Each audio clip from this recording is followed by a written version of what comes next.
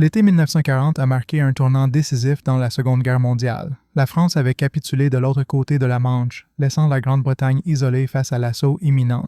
La Luftwaffe se préparait à lancer une campagne aérienne sans précédent. Ce conflit particulier ne se déroulerait pas à travers les continents ou les océans, mais uniquement dans les cieux. La bataille d'Angleterre avait ainsi commencé. Chaque jour, des centaines d'avions s'affrontaient au-dessus de la campagne anglaise.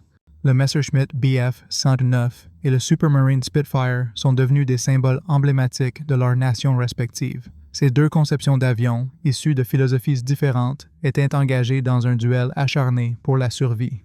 Pour les pilotes allemands, le Bf-109 incarnait l'ingénierie de précision. C'était une machine profilée, rapide et lourdement armée, conçue pour les assauts offensifs et la supériorité technique. Inversement, pour les Britanniques, le Spitfire représentait l'équilibre, un avion qui intégrait agilité, stabilité et grâce. Pourtant, en 1940, personne du côté allemand ne comprenait réellement les attributs exceptionnels du Spitfire. Cette situation changea par une matinée couverte de fin août, quelque part au-dessus du nord de la France. Un pilote de la RAF du 64e escadron, alors qu'il revenait d'une sortie au-dessus du territoire occupé, tomba en panne de carburant. Son Spitfire, gravement endommagé, plana à basse altitude au-dessus du terrain, avant d'effectuer un atterrissage brutal dans un champ près de Calais. Le pilote fut capturé peu après, mais l'avion, remarquablement intact, fut rapidement sécurisé par les unités de récupération allemandes. Les ingénieurs de la Luftwaffe reconnurent rapidement l'importance de leur découverte. L'avion représentait une acquisition précieuse, un spécimen entièrement opérationnel du plus récent chasseur de première ligne britannique. Il fut méticuleusement démonté, chargé sur des camions de transport et expédié à l'Erprobungsstelle Rechlin de la Luftwaffe, le centre d'essai avancé situé au nord de Berlin. À Rechlin, les techniciens commencèrent leur examen de l'épave. Leurs attentes étaient modestes, car ils croyaient que les Britanniques manquaient de la précision et de la rigueur industrielle inhérente à l'ingénierie aéronautique allemande. Bien que le Spitfire fût effectivement tenu en haute estime, il soupçonnait initialement que sa réputation avait été indûment amplifiée par la propagande de guerre. Cependant, à mesure qu'un examen détaillé de la cellule commençait, leur perception changea. Les ingénieurs observèrent la combinaison remarquable du fuselage, alliant légèreté et intégrité structurelle. Ces panneaux présentaient un rivetage affleurant, un choix de conception qui réduisait considérablement la traînée aérodynamique, un problème courant dans les avions précédents. Les ailes elliptiques, une nouveauté pour les observateurs allemands, présentaient une exactitude presque mathématique dans leur forme, chaque surface s'intégrant parfaitement à la suivante. Plus ils enquêtaient en profondeur, plus l'avion remettait en question leurs idées préconçues. À l'intérieur des ailes, un agencement élaboré de longerons et de nervures fut découvert, méticuleusement équilibré pour offrir une rigidité structurelle sans ajouter de masse superflue. Les câbles de commande étaient acheminés proprement à travers des canaux dédiés, assurant une facilité d'entretien tout en restant protégés des contraintes opérationnelles. Malgré ses dimensions compactes, la conception du cockpit offrait une visibilité supérieure, une caractéristique souvent absente dans les avions de chasse allemands contemporains. Un ingénieur principal nota dans son rapport officiel « Il semble avoir été conçu par un artiste plutôt que par un ingénieur. Pourtant, chaque contour remplit une fonction spécifique. » Au cours des semaines suivantes, les techniciens de Rechlin réussirent à remettre l'avion en état de vol opérationnel. Le lieutenant Hans-Werner Lärcher, un pilote d'essai, se porta volontaire pour effectuer son vol inaugural par une matinée tranquille. Il entra dans le cockpit, attacha le harnais de sécurité britannique inconnu et avança la manette des gaz du moteur Rolls-Royce Merlin-Traub. La signature acoustique du moteur était notablement distincte, présentant un fonctionnement plus doux et plus harmonieux, comparé au moteur Daimler-Benz employé par les avions allemands. Au décollage du Spitfire, Lärcher ressentit une sensation inattendue. L'avion réagit instantanément à chacune de ses commandes, presque comme s'il pouvait anticiper ses intentions. Après l'atterrissage, il transmet aux ingénieurs assemblés. Il manœuvre avec la fluidité de l'eau qui coule. On ne le pilote pas simplement, on le guide.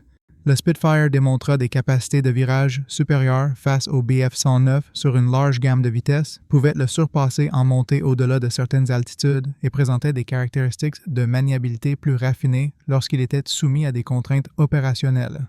Sa conception distinctive d'aile elliptique offrait une traînée minimale à haute vitesse et une portance substantielle à basse vitesse, un équilibre aérodynamique que les conceptions d'avions allemandes trouvaient difficile à reproduire. Les données complètes des essais en vol furent ensuite transmises au département technique de la Luftwaffe. Initialement, il y eut du scepticisme, suivi d'une intrigue croissante, et finalement une reconnaissance discrète de ses mérites. Les mêmes ingénieurs qui avaient auparavant dénigré le secteur de l'aviation britannique se consacraient désormais à son examen sérieux. À ce moment-là, au sein du cœur de l'établissement aéronautique allemand, une compréhension silencieuse commença à émerger. Ils ne détenaient plus une revendication exclusive en tant que puissance prééminente dans la guerre aérienne. Après avoir conclu leurs évaluations de vol initiales, les ingénieurs de Rechlin se réunirent dans les bureaux exigus offrant une vue sur l'aérodrome.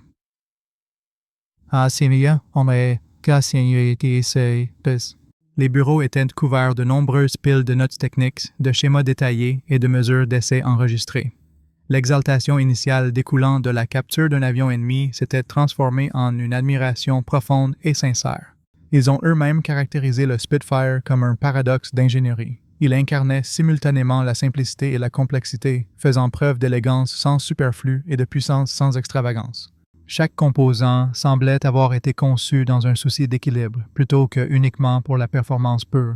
Initialement, ils avaient présumé que les Britanniques avaient obtenu ce résultat fortuitement grâce à une heureuse convergence de principes aérodynamiques et de conceptions structurelles. Cependant, en démontant méticuleusement d'autres sections, ils ont discerné une intention délibérée partout. L'aile elliptique caractéristique du Spitfire, avec son contour fluide distinctif, n'était pas seulement esthétique, elle représentait la perfection mathématique. Les ingénieurs allemands étaient habitués à utiliser des conceptions d'ailes droites ou trapézoïdales. Inversement, l'aile du Spitfire distribuait la portance avec une telle uniformité que le flux d'air restait adhérent sur presque toute son envergure, même lors de virages agressifs. Cette conception offrait une maniabilité exceptionnelle et une caractéristique de décrochage progressive et prévisible plutôt que brusque. Les pilotes d'essai ont rapidement discerné la distinction, observant que des avions tels que le MiG-262 et le Bf-109 avaient tendance à devenir moins réactifs dans les virages serrés, exigeant des ajustements continus. En revanche, le Spitfire semblait agile et tolérant. Ses ailerons réagissaient instantanément, même à des vitesses élevées où les commandes de la plupart des autres avions devenaient lourdes et insensibles. Ils ont mené des essais à diverses altitudes, évaluant des facteurs tels que les performances en montée, le rayon de virage et la stabilité en roulis. Les résultats les ont étonnés. À des altitudes intermédiaires, le Spitfire surpassait le Bf-109E dans les engagements en virage soutenu avec une marge de plusieurs degrés par seconde. Bien que son taux de roulis fût comparativement plus lent, il maintenait la portance tout au long de la manœuvre, permettant aux pilotes britanniques d'exécuter des virages plus serrés sans réduction de vitesse. Pour les ingénieurs, ces chiffres quantitatifs révélaient un récit allant bien au-delà des capacités d'un seul avion. Ils commencèrent à comprendre l'approche distincte des Britanniques en matière de conception aéronautique et de vol. La philosophie de conception allemande valorisait l'exactitude, le raisonnement mécanique clair et la performance quantifiable dans des paramètres rigoureux. En contraste frappant, la conception britannique semblait presque artistique dans son exécution. Elle combinait harmonieusement des intuitions avec des principes d'ingénierie rigoureux. R.J. Mitchell, l'ingénieur en chef du Spitfire, s'était plongé dans l'aérodynamique des hydravions, comprenant que la résistance aérodynamique était plus qu'un chiffre quantifiable. Elle était intrinsèquement liée à la forme et à la perception tactile. Ces conceptions d'ailes étaient conçues pour encourager un écoulement laminaire, évitant ainsi une opposition aérodynamique inutile. Aux ateliers de Rechlin, cette philosophie de conception particulière contredisait directement toutes les convictions allemandes précédemment établies concernant la fabrication d'avions. Il fut observé que le fuselage du Spitfire pesait presque 15% de moins que celui du Bf-109, tout en possédant une capacité identique à supporter des contraintes structurelles comparables. Le moteur Merlin, malgré sa cylindrée plus petite comparée au Daimler-Benz DB601, délivrait une puissance avec une plus grande douceur, grâce à un compresseur à 2 vitesses qui assurait une efficacité constante à diverses altitudes opérationnelles. Leur examen du système de refroidissement révéla une autre surprise significative. Les Britanniques avaient conçu un radiateur équipé d'un volet variable, régulé automatiquement par la température, une caractéristique manifestement absente des conceptions de chasseurs allemands. Par conséquent, le Spitfire pouvait maintenir la température optimale de son moteur sans nécessité d'ajustement manuel, libérant ainsi le pilote pour se concentrer uniquement sur le combat aérien. Les évaluations du département technique de la Luftwaffe commencèrent à se répandre, portant un sentiment d'urgence subtil mais indéniable. Un de ces rapports déclarait « L'avion britannique affiche une congruence extraordinaire entre son pilote et la machine. Les commandes de l'avion font preuve de réactivité sans imposer d'efforts excessifs. De tels choix de conception suggèrent une méthodologie délibérée et ergonomique appliquée aux exigences du combat aérien. » La terminologie spécifique « approche ergonomique » représentait un concept nouveau dans les cercles de l'aviation militaire. Cela suggérait que les Britanniques considéraient le pilote comme un élément intrinsèque du système de l'avion, plutôt que comme son simple manipulateur. Vers la fin de 1940, un certain nombre de Spitfire saisis avaient été soumis à des tests rigoureux. Chaque test corroborait la même conclusion. L'avion n'était pas seulement efficace, mais aussi remarquablement efficient, ne présentant aucun élément de conception superflu. Chaque courbe, chaque rivet et chaque contour représentaient un compromis de conception méticuleusement résolu. Les ingénieurs allemands ont discuté de la manière dont un tel degré de précision pouvait être atteint, particulièrement compte tenu de la capacité industrielle plus modeste de la Grande-Bretagne. La solution fut finalement identifiée au sein du processus de fabrication lui-même. Les panneaux externes du Spitfire étaient méticuleusement ajustés à la main, puis rivetés à la machine, utilisant des gabarits sophistiqués qui ne permettaient que des variations minimales de tolérance. Malgré la longue période de développement, le résultat fut un avion dont les caractéristiques de vol restèrent constantes, quel que soit son lieu de fabrication. Simultanément, les dépêches du front de la Luftwaffe commencèrent à illustrer les ramifications de cette révélation. Les aviateurs revenant des engagements aériens au-dessus de la Grande-Bretagne commencèrent à raconter leurs expériences lors des combats aériens. Ils observèrent que les avions adverses pouvaient exécuter des virages plus serrés et reprendre le contrôle plus rapidement. Certains pilotes remarquèrent que les Spitfire semblaient planer sans effort, tandis que les avions allemands peinaient en comparaison.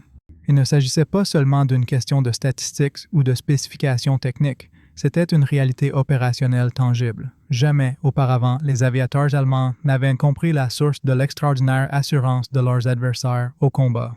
Par conséquent, un changement significatif de perspective commença au sein des milieux de l'ingénierie et de la technique. Les ingénieurs de Reckling cessèrent de considérer le secteur de l'aviation britannique comme manquant de sophistication. Au contraire, ils le reconnurent comme innovant et avant-gardiste, distinct mais comparablement sophistiqué dans son approche unique. Néanmoins, leur respect était teinté d'une certaine appréhension.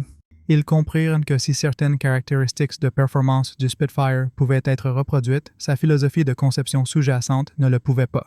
Par exemple, l'aile elliptique distinctive s'avéra presque irréalisable pour une fabrication à grande échelle. Compte tenu des ressources limitées en aluminium de l'Allemagne et de ses installations de production de plus en plus surchargées, même une réplication directe de la conception ne leur permettrait pas de rivaliser avec le volume de production britannique.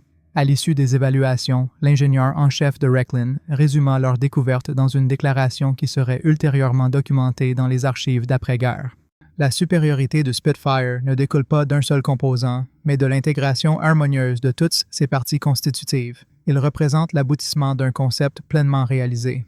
Cette observation discrète et analytique encapsulait une vérité profondément significative. Malgré sa force inhérente et sa méticulosité, l'ingénierie allemande recherchait fréquemment la suprématie aux moyens de conception complexes. Inversement, le Spitfire atteignait ses performances exceptionnelles par le raffinement d'une simplicité fondamentale. Au début de 1941, le département de recherche de la Luftwaffe avait assimilé toutes les informations possibles tirées des avions ennemis capturés. Néanmoins, pour le personnel qui l'évalua, l'impression profonde perdura. Ils avaient observé, peut-être pour la toute première fois, le véritable sens d'une conception d'avion optimisée pour le pilote plutôt que pour le cadre opérationnel global. Le Spitfire, saisi et examiné à Rechlin, transcenda son rôle de simple spécimen d'essai. Il représenta un profond éveil. L'équipe d'ingénieurs, initialement sceptique à l'égard de l'avion, le considérait désormais avec une révérence nouvelle. Chaque vol et examen subséquent révéla de nouvelles subtilités, des décisions de conception qui n'étaient pas seulement ingénieuses, mais profondément bien pensées. Les rapports d'évaluation de la Luftwaffe furent diffusés dans diverses divisions de commandement et de recherche à travers la nation allemande. Ces rapports ne détaillaient pas seulement un avion. Ils articulaient une philosophie de conception fondamentale. Le Spitfire exemplifiait le principe selon lequel une performance supérieure découlait d'une intégration équilibrée plutôt que de la puissance brute. Bien que n'étant pas le plus rapide ni le plus lourdement équipé, il atteignait une qualité plus rare, une impression de précision sans faille. Au sein du centre d'essai en vol de Rechlin, les ingénieurs commencèrent à établir des comparaisons entre les attributs du Spitfire et ceux de leurs avions indigènes.